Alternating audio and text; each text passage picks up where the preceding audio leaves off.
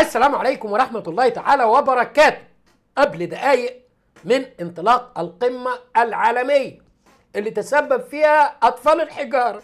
أطفال الحجارة اللي الكيان اعترف رسميا من ساعات وقال إنها أكبر حرب واجهها في تاريخه. يا نهار اسود، امال اللي كان بقى و76 و6 اكتوبر و8 نوفمبر وكان الكلام ده ازاي؟ وجيوش ودول، وش الاردن وش مصر وش مش عارف مين وش كانوا ما كانش في حروب بقى. كان التاريخ كله مزيف يا معلم، ما كانش في حروب ولا حاجه. المهم ان قبل السعوديه والامارات قالوا لك لا، ده الموضوع كده عبط، وبعتين من الامارات بعت مندوب والسعوديه مش بعت حد. القائمه النهائيه للي هيحضروا القمه التاريخيه العالميه اللي عملها ناس طلعت زي ما قلنا الكل اتفاجئ بعد سنتين حرب مع العالم كله، مع الدول العربيه قبل الاحتلال، وطالعين بهذا الشكل. بيتم الاعلان عن الحاضرين. ده ناهيك عن الاشتباكات اللي حصلت بقى مع الخونة اللي هم بتوع ابو شباب. ماذا حدث؟ بس تعالوا الاول نشوف مين اللي هيحضر القمة. ده دلوقتي اللي نشراه القاهرة الإخبارية. بناء على القاهرة الإخبارية قال لك القائمة النهائية، مصر تعلن الدول والمسؤولين المشاركين في قمة شرم الشيخ للسلام: رئيس أمريكا، ملك الأردن، أمير قطر، أمير الكويت، ملك البحرين، رئيس فلسطين، رئيس تركيا، رئيس أندونيسيا، رئيس أذربيجان، رئيس فرنسا، رئيس قبرص، المستشار الألماني، رئيس وزراء بريطانيا، رئيسة وزراء بريطانيا ورئيس وزراء أسبانيا، رئيس وزراء اليونان، رئيس وزراء أرمينيا، رئيس وزراء المجر، رئيس وزراء باكستان، رئيس وزراء كندا، رئيس وزراء النرويج، رئيس وزراء العراق، نائب رئيس دولة الإمارات، نائب رئيس دولة الإمارات اللي بتحارب على السيادة قال لك هنبعت نائب خلاص. طبعا في عز ال ال ال ال ال ال ال الأسماء دي كلها مفيش حاجة اسمها تقول لي أبعت نائب. ده الرئيس أمريكا والمش عارف الأوروبيين والمن الشمال واليمين واللي من آسيا والدنيا كلها، الدنيا كلها. فالموضوع ده حدث تاريخي حرفيا، يعني مين تسبب فيه كلنا شفنا وعرفنا. قال لك ستفضح هذه المدينة، فضحت الدنيا كلها، فضحت أمة تدعي الإيمان خلاص. فبيقول لك إيه؟ لا ده احنا بنحارب على السيادة يابا، ده احنا بنحارب على السيادة يابا. ونائب رئيس دولة الإمارات، وزير خارجية سلطنة عمان، سكرتير عام الأمم المتحدة، أمين عام جامعة الدول العربية، رئيس المجلس الأوروبي، وزير الدولة للشؤون الخارجية للهند، سفير اليابان بالقاهرة.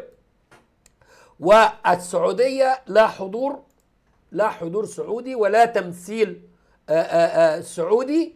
والإمارات مندوب نائب. احنا يا نبقى الكل في الكل يا فيها لا فيها.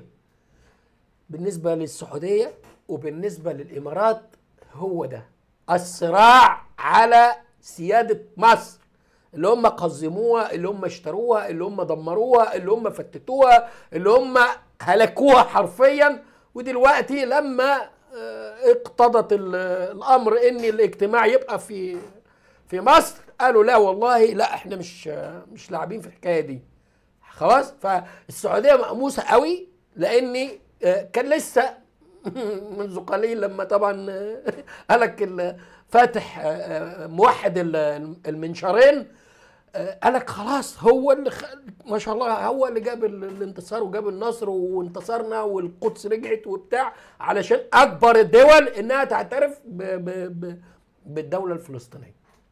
قال لك مارس ضغوط بقى وبتاع ومنشاره طال لحد ما الدول اعترفت بالدولة الفلسطينية. انما طبعا لما حصلت الانتكاسة وحصل اللي حصل قال لك لا خلاص بقى انا مش طالما يعني ايه في. وبعدين شرف ايه اللي بيتحاربوا عليه ده اصلا؟ شرف ايه؟ هو انتوا النهارده اللي بيزمر بيخبي دقنه؟ هو انا النهارده المصري اللي ما دخلش شربة ميه في حد هيذكره بخير علشان الارض كان بتاعته، كان بيلعب على ملعبه ساعة الامضة؟ طب كان فين في الاول؟ طب كان فين في الحرب؟ قال لك والله العظيم المعبر مفتوح واروح من ربنا فين؟ ولما اتكشف كل شيء وبان قال لك لا والله انا ما اقدرش اخش في حرب وادخل المساعدات بالقوه. النهارده بيحتفل يقول لك على حد احنا اللي عملناها وبتاع، واحنا اللي جبنا الديب من ديله. على صعيد اخر بدات حركه المقاومه تعمل اللي هنبدا نشوفه دلوقتي. الاجهزه الامنيه بغزه تعلن السيطره على ميليشيا مسلحه واعتقال 60 من عناصرها على طول كده في في في في في في بمنتهى السرعه. يعني الكلام ده بمنتهى السرعه، اعتقال 60 واشتباكات ما بين حركه المقاومه وما بين الميليشيات اللي كانت بتحارب عن الكيان، وكانت مدعومه من الكيان، وساعه الجد الكيان قال لها في العيش ولا طار، لا لا لا انتوا خلاص مدتكم انتهت وصلاحيتكم خلصت.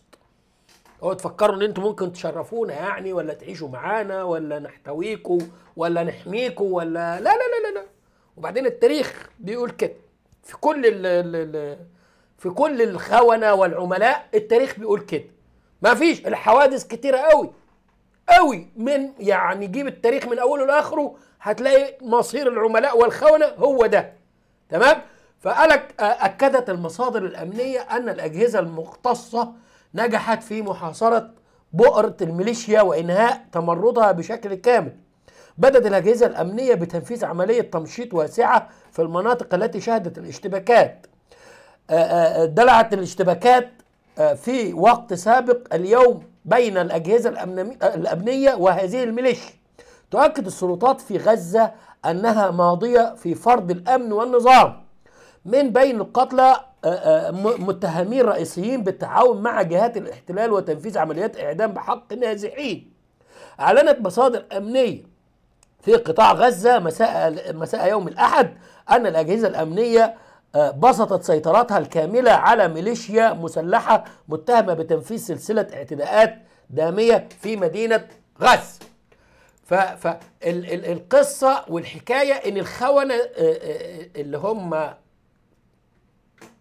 كانوا بالوكالة للاحتلال قال لهم مع نفسكم، ومع نفسكم واجهوا مصيرهم دلوقتي.